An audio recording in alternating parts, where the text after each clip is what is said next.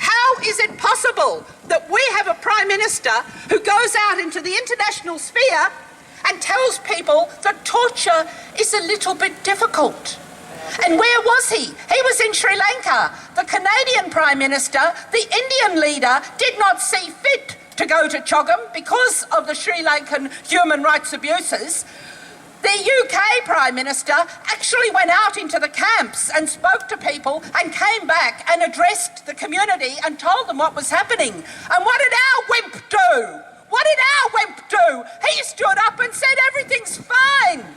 Torture's a little bit difficult. You can do it if you like. He's talking about torture. This man has no boundaries. It is a shame for this country that he's our leader. This is the reason why people were struggling in Sri Lanka, but you'll hear from some more speakers very shortly. Thanks. ASIO, indefinite detention's got to go. ASIO, indefinite detention's got to go. ASIO, indefinite detention's got to go. ASIO, indefinite detention's got to go. ASIO, indefinite detention's got to go. Australia put me in a prison camp, now it's 3 years gone. Do they treat me like a worthless human being? Do they see me as a worthless human being? Well, they do not know.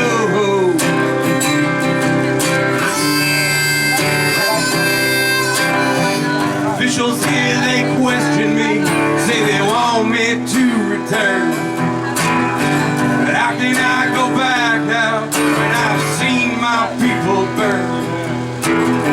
It's hard to go on living when your future is denied.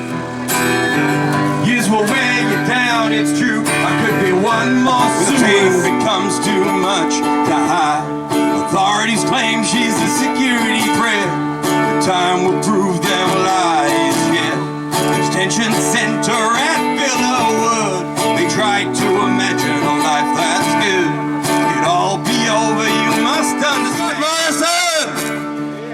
We need to free Ranjini! Free Ranjini!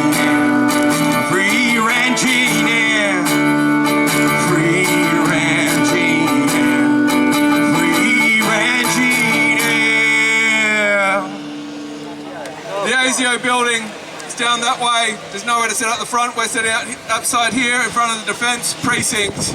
I remember the first time I visited people in detention. There were a group of Tamils who wanted to tell their story to us. They gathered round and one of the men broke down crying uncontrollably. He'd been inside for 3 years. He was the longest serving of the ASIO negative refugees. You know, this is quite historic.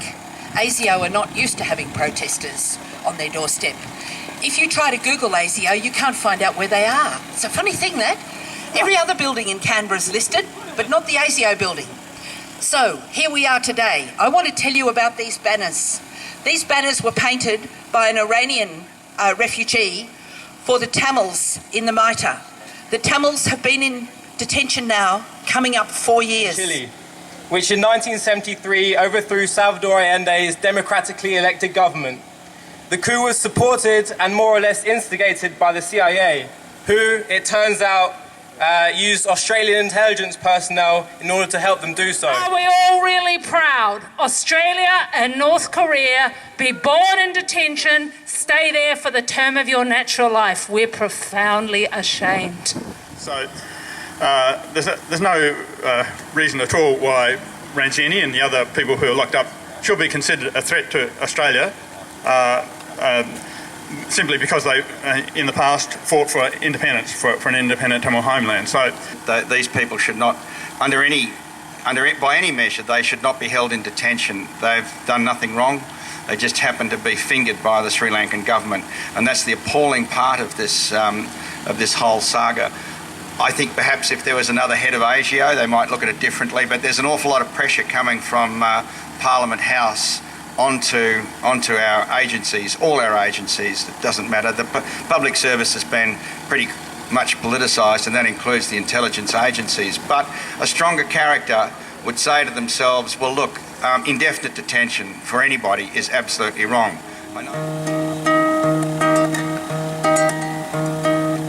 Sail, sail a mile in my shoes.